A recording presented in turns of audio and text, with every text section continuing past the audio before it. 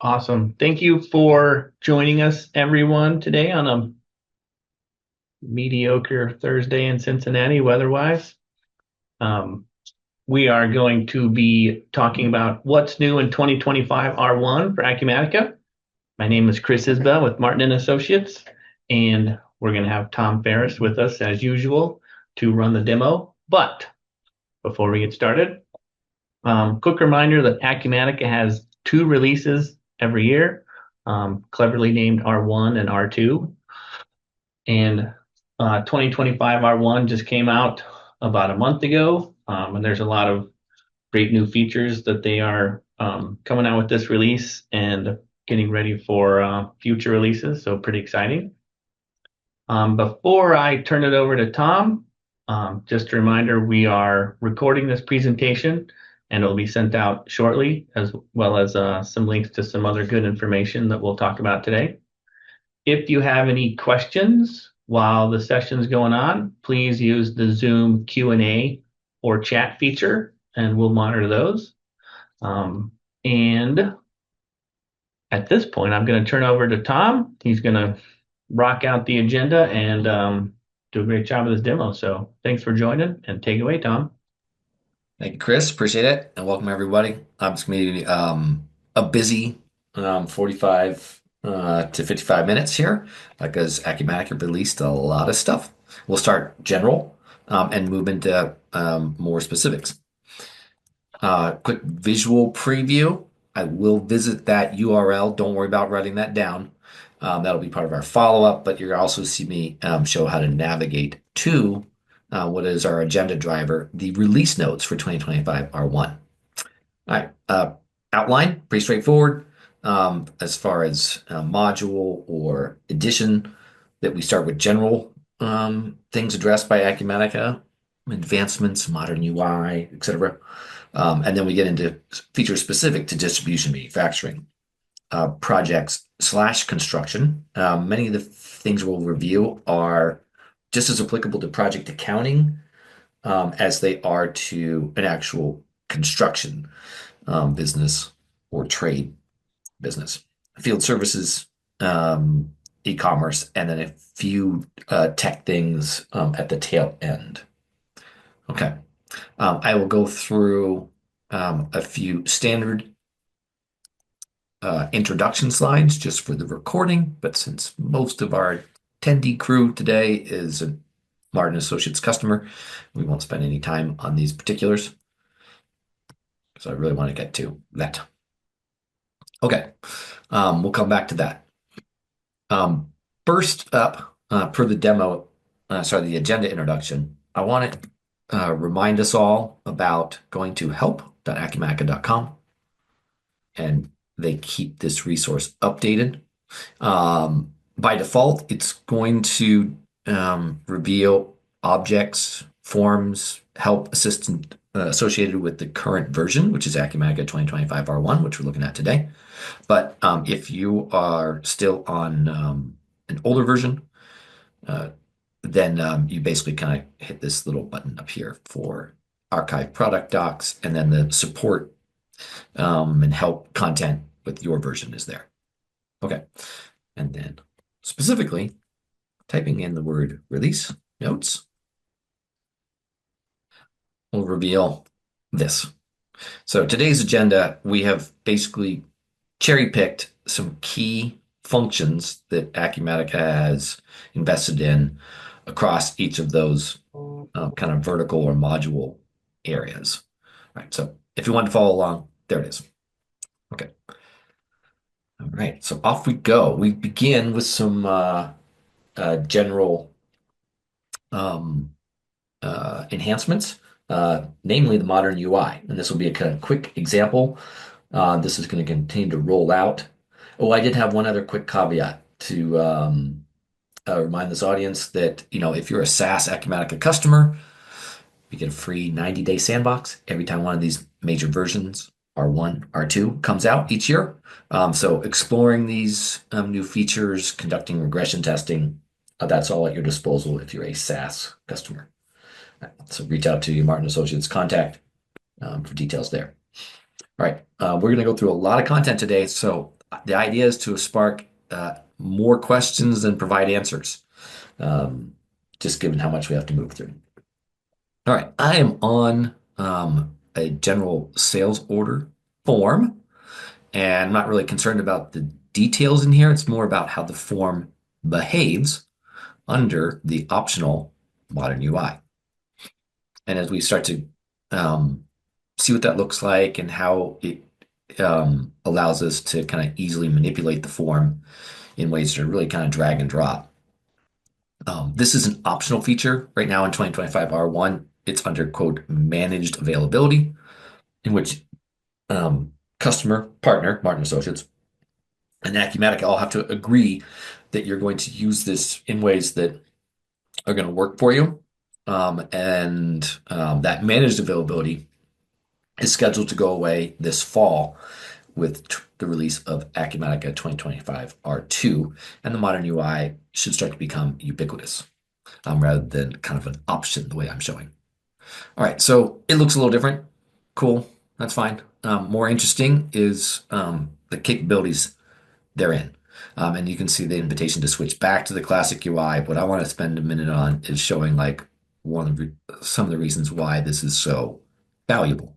So we put it in the screen configuration mode, and I pick on this section, and maybe the order quantity sitting. You can see it down below. Maybe I want that at the top, and maybe I don't have tax considerations for my organization, and I can just hide that field. So it'll strike through the eyeball there and apply. And now you get a preview that the order quantity is not at the bottom, but it's at the top, and occupying space regarding tax that's moot. And if I don't have discounts, I could get rid of these discount fields in their entirety. And who should these changes apply to? Just me. If folks have personalized their screen in ways that work for them in a department or as an individual contributor, I could preserve those configurations or blow them all away as an admin and override their personal configuration. Say everybody should see the sales order form this way. Um, Next, a little bit of kind of screen configuration option is the ability to manage tabs. What order do they appear in? And do they get moved to um, basically a secondary? So let's see. Child orders, I don't really have sales order, child order work. I don't manage commissions in Acumatica. Again, I don't have taxes and I'm not really doing much estimating. So this is an administrator basically taking certain tabs, um, the order that they appear in. Maybe the shipments tab should be right tucked up against the line details and apply. All right, so we've changed the sort order of the tabs, and the ones that we use far less are now dropped underneath an ellipsis and um, are kind of out of the way and not occupying real estate. Once again, we'll kind of like publish or push that configuration as an admin to everybody. All right, so there's much more to this. It impacts development. I forgot to do one last thing here. So back into screen configuration. And if there is an available field I would like exposed here, I can go find attributes um, in the list of fields. So this is the list of fields that are present in that section. And then here's all the fields that could be present, right? So it's literally drag and drop association. So if there's basically custom field or UDFs, aka user defined field management, just got a whole lot easier. Uh, okay. All right. Yeah, So that's that's a good one, Tom, being able to take those UDFs and put them on the first tab instead of having to have a second tab up there. right. Or that they're exactly the previously attributes and user defined fields, UDFs, were buried in the secondary tab that you had to go looking for. And now you can promote them to the section that you want. Yep. Okay. Gotcha. So there's much more to be explored about the modern UI. Do reach out with questions. Get yourself a sandbox. Start exploring how this might work. And there's actually an associated development course for making modifications to the screens given this capability. All right, off we go into some general deliverability.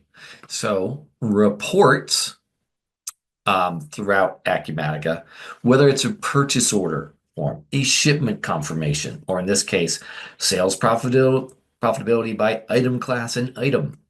Brand new tab, email notifications. So this is Acumatica really bringing um, an image, a PDF, and the email template and the scheduling of delivery to external email addresses of that report and making it a whole lot easier. All this was here, it just wasn't presented in this simple email notifications tab.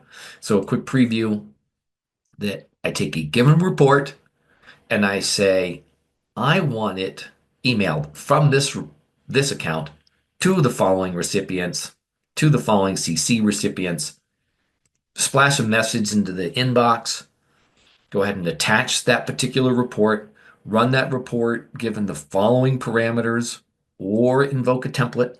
A template basically tells the report to a quick reminder, like if we have additional sorting and filtering, we can actually be building a template library that says, show a subversion of this report that meets these conditions. All that can be part of the send command, and the sends can be triggered by an event happening, or it can just be because a time fence passed. So send by schedule. So set up a schedule. So now we see the report, the email template, and the schedule all being kind of brought together under this simple email notification tab. Okay. So report delivery. There's a couple other, again, for more details on each of these topics. So this is me launching that particular release notes article on, in this case, email scheduling for reports. It talks about some of the deprecated predecessors like the send reports form, the fact that we used to have to use business events, and now we can just basically go to the report and set up a schedule. Okay. All right, moving on. Next topic. We'll move into some finance activities. So let's start with um, a quick look at the processing center extension that now can allow increasing authorized amounts. So this is where prepayments and or credit card payments receive an initial authorization for $100, but now we figured out taxes and shipping charges, and we need to bump up the credit card authorization prior to processing from $100 to $125. You can allow that on a per processing credit card processing center basis. This is not specific to just Acumatica payments. This would apply to eBiz Charge and Paya and all the other um, uh, uh, credit card processors out there. Okay, so real quick on that. Next, let's go look at right, payment receipt um, for release transactions. Probably the easiest way. Let's go like this. We'll do that. Payment. Sorry, bad typing. Payment method. Drive this home a couple different ways. Let's go look at the cash payment method, for example. So new button in AR that says when customers pay via this payment method, automatically send them a post-transaction payment receipt. We received your payment. Thank you very much. And there's a whole template associated with it. Um, we can briefly visit the associated AR. Ugh, I didn't mean to do that. Let's do it this way. I guess there. Nope. I put the wrong hyperlink in. So receivables, accounts receivable preferences. Under mailing and printing, there's a new template out there. So in the AR module, we set macro instructions for when do invoice payment links go out? When do we email statements? And now there's a new document called AR6430. It is a payment receipt template, PDF by default, and its send command can be all set up and associated with, well, there's Acumatica pre-built an email template associated with it. And then lastly, to drive this home a third way, we take a look at a given payment record, and we basically have new gadgets, right? So if we have one-off um, printing of the payment receipt and or emailing of the payment receipt, these of course can be automated as well. All right, so it's really just an acknowledgement of payment um, being kind of formally built out by Acumatica. All right, last finance topic. Super exciting. Let's go look at bank feeds.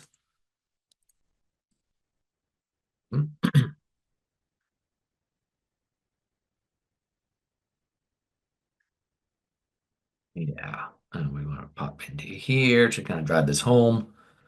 And where we are not leveraging Plaid or Plaid or MX for integration and direct access to our bank, but our bank sends us a flat file. A couple versions back, Acumatica finally gave us the option to upload a CSV file, and with 2025 R1, the BAI2 Bank Administration Institute file format is finally supported for importing for bank reconciliation. Okay, that felt like it was kind of a long time coming, but there it is. All right, moving on. All right, we are switching gears into distribution functions. That was kind of like a general and kind of finance. Let's go visit a particular, yeah, let's leave that. Um, Ship via code. So new for ship via codes and their associated packages and carriers is the ability to finally deactivate them. All right, so this button is new. Doesn't look all that impressive, but when you as an organization um, exit a given carrier, stop supporting, like we don't do first class and priority shipping. We used to, but we don't do it anymore. You can deactivate them. In the past, these would sit there in perpetuity and you'd have to navigate around them. They wouldn't work. Your the API call out to the carrier would recognize that you don't have that, but Acumatica would still have the record kind of cluttering things up for the shipping team. So you can deactivate ship via codes. Next, um, let's go back to our sales order that we were looking at for the modern UI exploration. And you'll see this, again, if you have it arranged for um, authorization, you'll get that little warning that the modern UI is only under managed availability. All right. But I'm here back on our sales order to drive home a fairly simple but useful function, shopping for rates. Whether I'm shopping for rates at the shipment record or shopping for rates. And did they? Oh, yeah, there it is. At the sales order or at the shipment record, they'll be the same under both conditions. So available rates. Where's my? Okay, that looks like I need to put this back. Sorry, I need to put this back into Classic UI to demonstrate this. This is one of the reasons why it's under managed availability. Cool for the drag and drop features, and they haven't propagated this the modern UI everywhere. What I wanted to show is this is set up for FedEx 2-day, and if I go looking at all records, which is by default, um, uh, basically this filter is new. So in general, in the past, basically every possible carrier and service of carrier ship via code would show up. And now we can actually have things like, I just want to see FedEx and go ahead and make that my default for me. So standard kind of filtering capability finally extended into the shop for rates form that we invoke from either a sales order or from the shipment record. Okay. Next, let's go pop into a shipment record. Like that's fine. All right, so um, new button, basically capture weight from the device hub integration for our scale, or scales plural. That here, when we actually assemble packages, rather than having to type the the weight, this will actually go retrieve per your device hub connection to your scale the weight.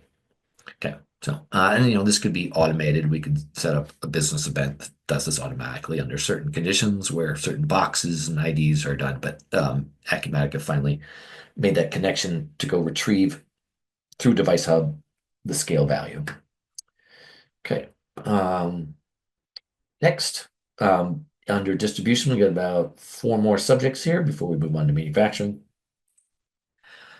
Let's pop into an example purchase receipt to drive home the and yeah, modern AI is fine for this. Basically, we got a new workflow that a released purchase receipt of goods, it's already impacted cost of goods sold. It can be corrected now. And so both correcting a receipt and canceling a receipt will post to the GL correcting entries that basically says, sorry, someone in inventory warehouse miscoded this. We did not actually receive in 2. We only received in 1, or received in 3. And rather than having to go through a whole cycle of generating a new purchase receipt, we can actually conduct that correction right from here. And then cancellation, of course, will just back the whole thing out, send the purchase order line back into an open status, waiting for a subsequent receipt, a vendor return, or a cancellation. Okay. So just, Nice. That's yeah, exciting. I know, making everybody's life a lot Yeah. easier. Corrections within Yeah. purchase receipt and their underlying GL entries. Yeah. Thanks for the chiming in, Chris. It's great. Um, okay. Next, we dive a little deeper into inventory control for lot and serial classes. There's a new attributes tab if you want it. So a given lot of inventory may contain parameters, attributes, user-defined fields that we want to apply to the entire group. So this is where a given SKU does or does not successfully capture all of the features therein. So a SKU could allow for color of red, color of blue, length of 5 foot, length of 8 foot, but we can actually record the length or another dimension or anything you want to from an attribute perspective that pertains to that entire lot. And it would take a solid hour for a proper demo, start to finish, on the impacts to purchase receipting, inventory issuance, inventory correction, inventory adjustments. Um, but these fields of attributes have been extended on about 12 different transaction types. So if, well, I'll just leave it at that. The ability to actually capture additional metadata associated with a given lot or a given serial number. And there's a little, when we can get really specific, that this lot has a differentiated price and description because of the contents of the attributes. Because these are 6 footers and not 8 footers under the same SKU, they are priced differently and are described differently on SO lines, on shipment records, and on invoices. Okay, so there's a fair amount to that to unpack at another time. Next would be next topic. Let's go to our purchase order preferences. to kind of basically drive this home. All right, under WMS, new functionality. So in the warehouse, if I need to initiate the receipt of a transfer from one warehouse to another in the past, the WMS interface was not capable of initiating the transfer. Someone actually had to actually create the transfer record um, in the full UI, and then my mobile, my Motorola, my Zebra, etc., would actually be able to quote, find the initiated warehouse to warehouse transfer, and I could execute it. Now I can actually initiate and execute the receipt transfer from the handheld. All right, so that's an option, a new option. That's going to impact the receive and put away automated operation form, which is what's invoked on a mobile handheld device. Okay, we could go into a lot more detail there. Again, reach out to the Martin Associates team if you want to dive deeper into some of the other WMS features that have been enhanced over the last year or so. All right, our last topic under distribution and inventory management core is enhancement to forecast. This is going to apply if you have elected for DRP, say distribution requirements planning, and if you're a manufacturer, MRP, aka inventory planning, and will also have the same feature set. Um, so this really pertains to the dependent flag on a forecast. If I say, I want you to relieve the forecast based on the presence of sales orders that fall within this range, now I can see them, right? So Acumatica has introduced this side panel that is basically bridging that SKU during that time period, recognizing that there is a forecast associated with it. And apologies that the metadata I have here in our demo system doesn't actually show any actuals, but you can actually see the forecast being relieved by the presence of what would be actual sales orders um, in that time period. Okay. Um, so that which was forecasted, that which was actual, say 100, that's the forecast, only carries now a total value of 100. And this will impact um, planning and inventory planning display. But now we actually have visibility right here on the forecast grid. Okay, that is our final distribution feature. We are moving on to manufacturing topics. Chris, while I'm making this transition, are there any questions that have come up in chat or Q&A?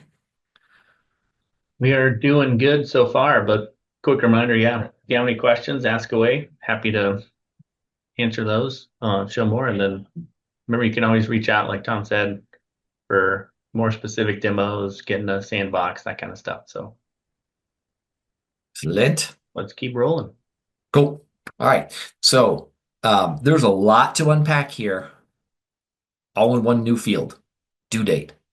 So whether or not you use advanced planning and scheduling features of Acumatica, like the production schedule board, or not, there's a new field, due date, um, and its impact to scheduling method, start on, finish on, user dates, um, and what is the constraint date to say I can't start this production until this point in time, or I need to make sure I finish on this date, so work backwards and give me a start date based on my production capability.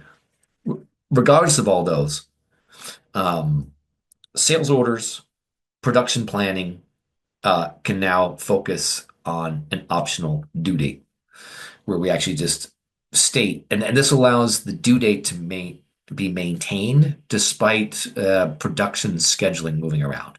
The production scheduling team moved the start on date, advanced the constraint date, but the due date will remain constant.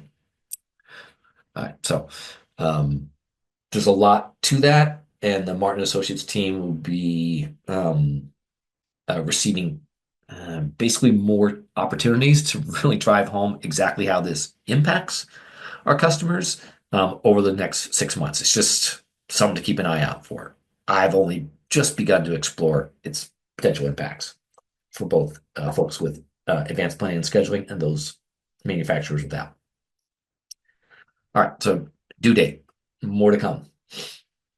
Up next is a fantastic new tool that, if you know a production order's critical material, buried in the critical material report, and for that matter, in inventory planning display, are the realities that you do or do not have enough material to execute a production order. But now Acumatica has surfaced that in something that can be key for production planning. Whether you have advanced planning and scheduling or not, this is applicable. This is just part of the manufacturing core now. Production orders by build capability, and you can see the range of values. Ready, we have everything. And I could go into that same production order. Let's just do that. I can go into that same production order, run critical materials, which should have been done under inventory planning display, MRP, refreshing anyways, to understand that if I show all items, it's critical material is that I have no critical shortfalls. And how is that possible? It's because I have 50. I need 50 and I have plenty on hand. Thus, I am short 0. Okay. So the same functionality is now presented in this graphical image.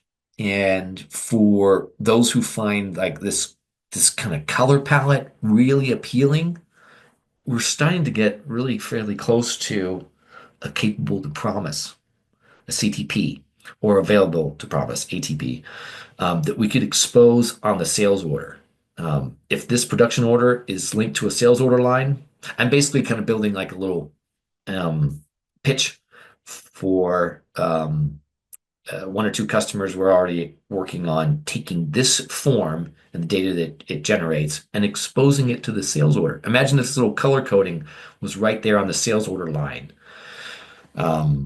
giving sales personnel visibility to whether or not there are sufficient materials on hand to actually kick off this production order on schedule. Okay, more to come on that. Its relationship to sales orders, inventory planning display, advanced planning and scheduling, critical materials, but this is kind of a cool new visibility. For a couple customers, we've already actually built a side panel from the sales order line that reveals this screen. Okay, last manufacturing topic is some additional scheduling. Let's go, hang on, let me put this in here.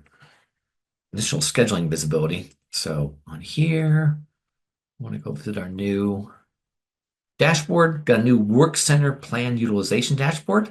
And no matter how much I played around with the demo data, fairly recent, I couldn't get to show up. So apologies. I'm going to kind of quickly blow up this screen to show an example because when I put these parameters in, the sales demo data didn't actually show me anything fun. But if you have advanced planning and scheduling and are doing finite planning and scheduling, got a new dashboard that's work center centric.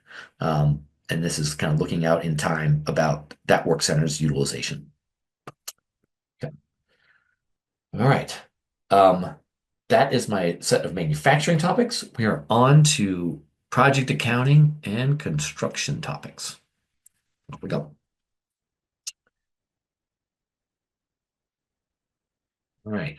First up in construction is an extension to our AP kind of core incoming documents, AI and machine learning scanning functionality,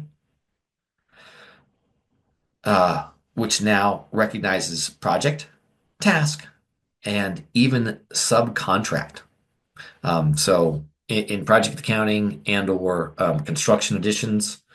Acumatica, a given supplier's invoice, if it's associated with a subcontract, which would typically also be associated by default with a given project and task.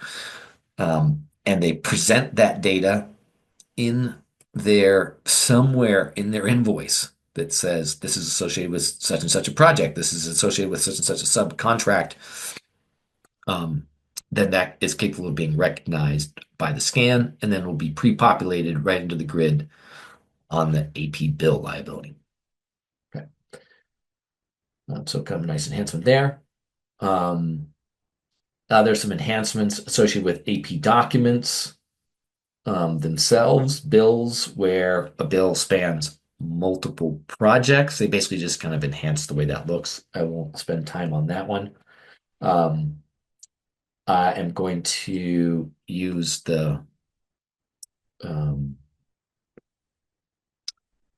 let's see, what's that doing there? There it goes. Next kind of construction slash project accounting um, enhancement is this functionality of a project quote, which is basically pre-project capable of initiating itself from a template. A quick reminder where a template for a project contains budgeting expectations, um, task structure, anticipated revenue budgeting structure, cost anticipation budgeting structure, employees, constraints, equipment constraints, etc. Number of other things. This helps us build a quote from how we execute a project. The project quote feature in its entire life cycle has been added to the mobile app. So it feels like a lot to build a skyscraper from your mobile phone. But theoretically, you could be quoting out an entire project template, editing the details of the estimation, and taking the project quote through internal acceptance, customer acceptance, and even convert to project, all from the mobile app. Okay, it's going to be applicable probably more to the trades where we're putting together a particular fence contract or something smaller than building an entire skyscraper. But um, project quote life cycle on the mobile app. I didn't have time for the actual to show that on the mobile app, but these are the functions. We can take the project quote through its entire life cycle all the way through to converting to an actual live project. Okay. Um, Last kind of construction and project accounting feature. This one actually takes quite a bit of work to kind of actually show a demonstration, so I'm just going to highlight it really quick. What this really pertains to is for a purchase receipt that is specific to a project, we can receipt the inventory in to a particular location that acts as like a super allocation that says this inventory is in our yard, designed to be shipped and consumed by a certain project. Don't touch it. That's a great constraint that's been around for a while. New for 2025 R1 is the ability to say, actually, you can see the little green checkbox there. Allow issuance of material from free stock. So I might consume inventory I have reserved specific to this project, or that same SKU might have inventory available to be consumed, quote, by anybody. And in the past, we had to set up like multiple SKUs to conduct that some sort of inventory issuance. And now we can actually make it an election during inventory issuance. Like we need to send or consume these materials for this project, and are we going to draw from the project specific inventory location, or are we going to go out into free inventory and consume there? Okay. All right. If there are any questions, I will keep going. That is the conclusion of project and construction highlights. We move on next to field services. And again, I knew I was cramming a whole lot into this hour, so apologies that some of these tail end things are fairly quick here. For field services, would highlight um, finally the support of stock items. There we go. It's right there on the screen. Support of stock items with lot or serial numbers assigned during material consumption of a field services appointment. Um, so uh, that one by itself, going from receipt of inventory under lot or serial control to allocating it for a field services appointment, and then the point of consumption and issuance, that's worth its own demo. So if you're a field services or considering exploring field services, please reach out to Martin Associates and we'll dive into that. Um, and I guess sort of related to both that topic and its predecessor on project accounting is for field services where an appointment and a service contract is associated with a larger project. Um, there were some limitations to that project specific inventory I mentioned, and they resolved some of those annoyances. Okay, that's some field services things. Um, our last kind of like module or feature set kind of review um, or topic, e-commerce. Um, so importing Shopify orders without importing customers. We have plenty of customers who treat online orders in a kind of a generic way and have been forced in the past to just record a generic Shopify customer because they don't want to keep capturing all the details of that subset of customers and creating a customer record and location record and issuing terms and all the things that comes with setting up a customer. And now Acumatica and Shopify have teamed up to give us an easy button to say there are some conditions under which I don't want to create a customer record, and the system will actually kind of go through that default. Okay. Let us know if you are interested in uh, exploring the Shopify feature set, which advances with so too does Shopify and BigCommerce. The integration between Acumatica and those two e-commerce platforms advances every single release with new functions. Um, uh, this is, I'll admit, is beyond my technical capabilities. I have not played around with GraphQL.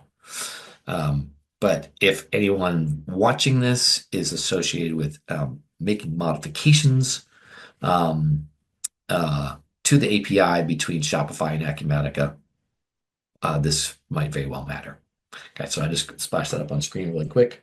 Chris, have you had any exposure to GraphQL? Only through some Microsoft integrations for like ADFS and things like that. Okay, gotcha. Elsewhere, outside of Shopify, but obviously it's Yep, impacting lots of other integrations. So, correct. okay, gotcha. So here's Shopify moving to the right. So we go SOAP, REST, and now GraphQL impacting connections between systems. Okay, all right, thanks, sir. Um, our last quick preview of features associated with e-commerce enhancements is inventory replenishment. So specifically for Amazon. So this is basically for not merchant fulfilled by merchant, but fulfilled by Amazon, FBA orders.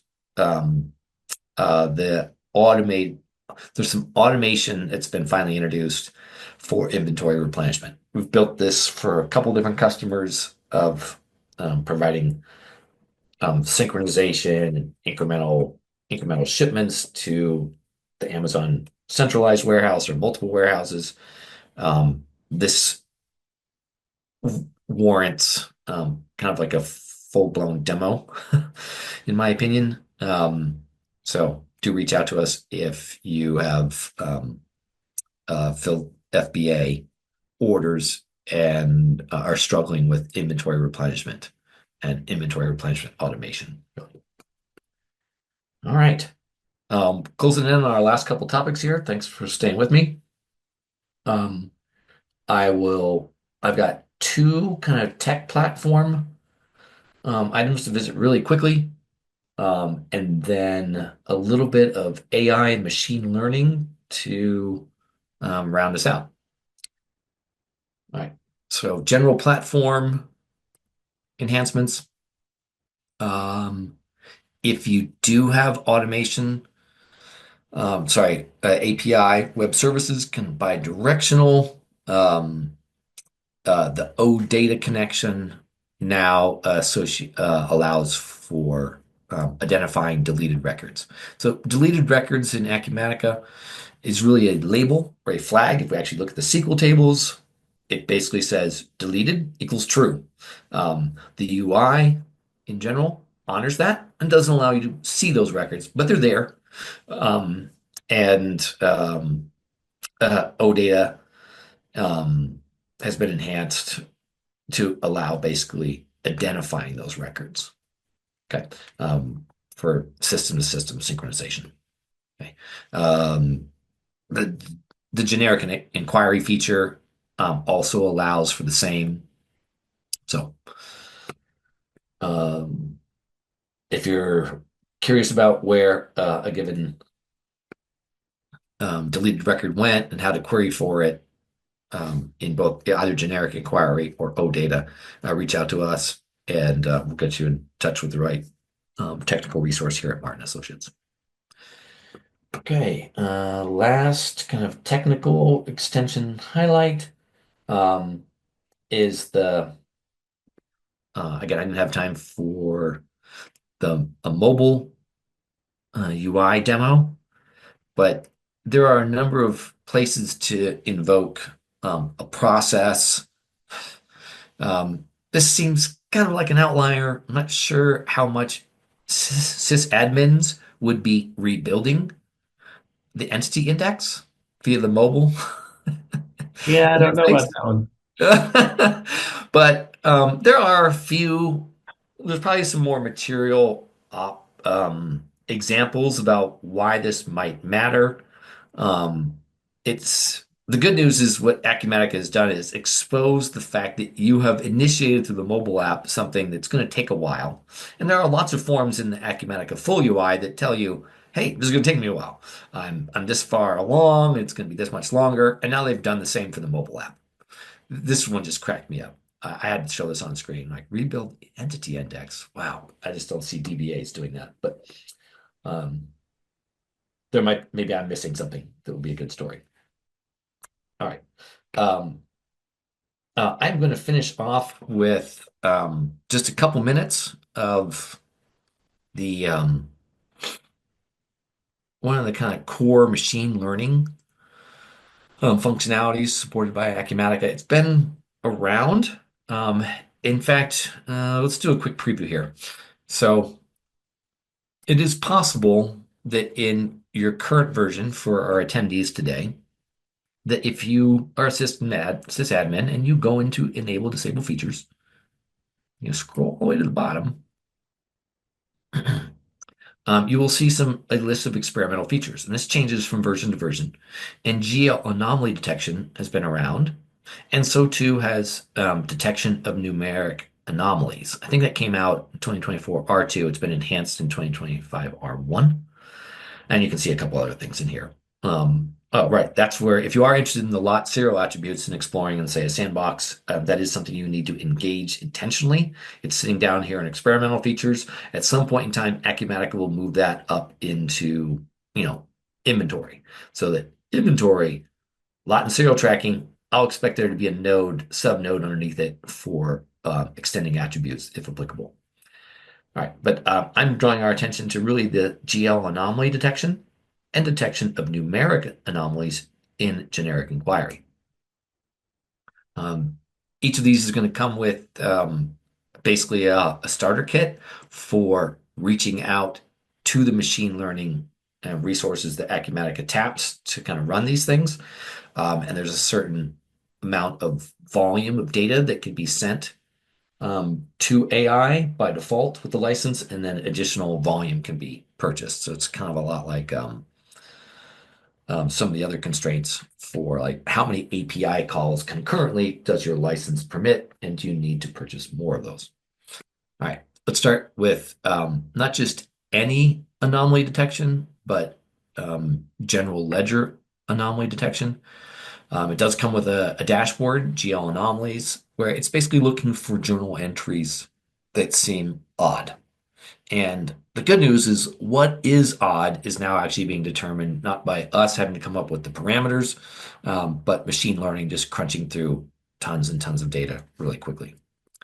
Um, we can go into more detail on that for anyone who is interested in exploring it further.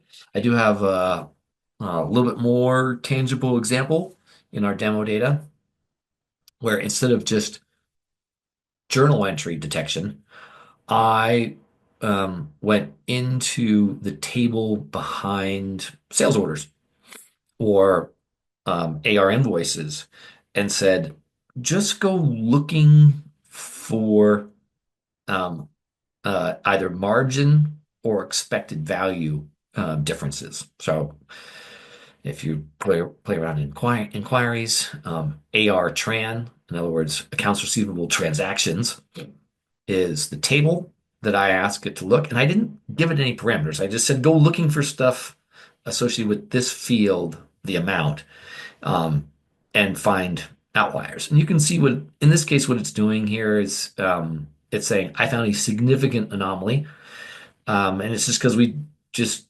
had two really big outlier invoices. And the nice thing is, I didn't have to say, go looking for invoices that are over $200,000. It basically just said, statistically looking at all the data, and the more data you feed it, the better it gets. This only has 1,000 records in the demo data. The smarter it will get about identifying anomalies. And then anomaly detection has the ability to, where did I put the column? Shoot. There it is, reviewed. So the system will learn if I basically say, yeah, that's fine. There's nothing wrong with us making some money. Those were just really large sales. They are outliers. Don't do that again. And this reviewed button by the human basically will teach the machine, okay, well, that wasn't really, that surely should, those kinds of things like that shouldn't be flagged as a significant anomaly going forward. Um, how this actually gets set up is actually part of the generic inquiry function. And anomaly detection does have its own processing screen. Basically says what inquiries in what field are you wanting analyzed? I ask it to go looking at the amount. And then there's like a there's actually a process where the Acumatica database sends this subset out to Acumatica's machine learning repository. Most of those have actually been with Microsoft. But if you're concerned about security, we can dive into the details about exactly where did your data go to have this analyses conducted outside of Acumatica and then brought back in for the machine learning. Okay. So, detect anomalies in generic inquiries. Again, this is not happening automatically. These are intentional where we actually explicitly said, I need machine learning help monitoring certain key functions. Okay. Last thing I will leave us with is a quick reminder. Some of us probably have not visited Acumatica.com in quite some time, but anomaly detection and some of the things that are on the roadmap for artificial intelligence and machine learning. It's fairly well documented in a new page, AI that works for you, on Acumatica.com. I would recommend getting a feel for some of the things that Acumatica is investing in, and we're going to expect that the 2025 R2 announcement contains some more material examples. The one I'm most excited about actually is that interactive assistance. It's basically inquiring and dashboards, and you can see some videos about asking like, what are my highest velocity skews for the last month? And the AI assistant will actually go query the database and actually give you a plot without having to saving a lot of time running a generic inquiry and building a dashboard. So, all right. That's my little pitch for Acumatica's investment in AI and machine learning. Chris, are there any questions as we kind of transition here? No, we are good on questions, and the AI stuff was pretty cool and interesting what they showed in January at the summit, and then how they keep investing in it to help make the system smarter for you. Yep. And the landing page there. Yep. So what is my PowerPoint doing? You guys still seeing a black screen like me? Yes. Okay, that's weird. Uh, how about Yeah. let's just leave it here. Okay. Not sure why the present mode is struggling, um, but I'll leave it there. And No worries. It's perfect. Cool. Thank you, Tom. That was a lot of good stuff in the version that they're releasing. Pretty exciting to see what's in there and then coming down the future for R2 as well. Yeah. Let's see. Well, thanks everybody. If you have any questions, please reach out to Tom or myself or your Martin and Associates main contacts. Happy to talk to you about more details and work on getting everybody upgraded. Other than that, have a great day.